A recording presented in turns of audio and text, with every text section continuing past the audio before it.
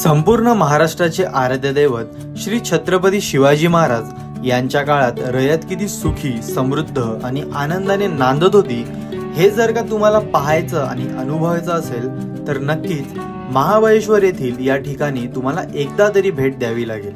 नमस्कार मित्रांनो, मी निखिल घोले आणि पुन्हा एकदा स्वागत आहे तुमचं निखिल घोले ब्लॉग्स या यूट्यूब चॅनलमध्ये। तर आता मी आलो आहे महाबळेश्वरमधील शिवकालीन खेडेगाव पाहायला। तर माझ्या मागेच आता शिवकालीन खेडेगावची एंट्री आहे। तर चला आता आपण आतमध्ये एंट्री करूया आणि आतमध्ये काय काय गोष्टी आपल्याला पाहायला आणि अनुभवायला मिळतात ना हे आता बघूया। तर चला आता तुम्ही पण माझ्यासोबत सफर करा या शिवकालीन खेडेगावाची।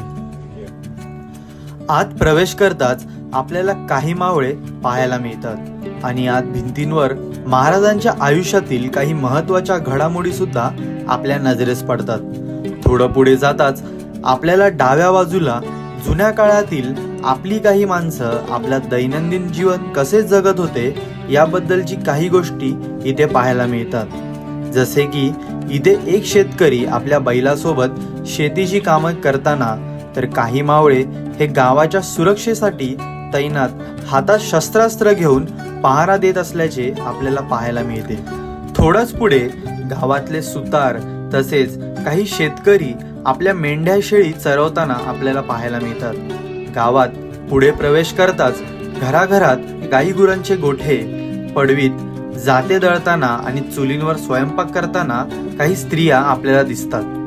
गावात मध्यभागी सुंदर असे विठ्ठल रखुमाईचे मंदिर सुद्धा आहे आणि त्यालगतच गावकरी वडाच्या झाडाखाली बसून विश्रांती घेताना दिसतात। गावात आपल्याला चांभार, कासार, कुंभार यांची घरं सुद्धा पाहायला मिळतात। गावाच्या मध्यभागी गावातल्या प्रमुखाच्या वाड्याबाहेर काही मुलं खेळताना, तर घराच्या आत प्रवेश केल्यावर मध्यभागी तुळशी वृंदावन पाहायला मिळते। या वाड्याच्या आत आपल्याला जुनी भांडी, स्वयंपाकघर, प्रशस्त अशी जागा आणि जुन्या काळातील काही गोष्टी इथे पाहायला मिळतात। खरंच शिवरायांच्या काळात रयत किती सुखी होती हे आपल्याला इथे आल्यावरच कळते। इथे भेट देऊन आपण त्या काळात का नाही जन्मलो याची मनात हुरहुर लागते। जर तुम्ही खरंच शिवप्रेमी असाल तर या ठिकाणी नक्कीच भेट द्या।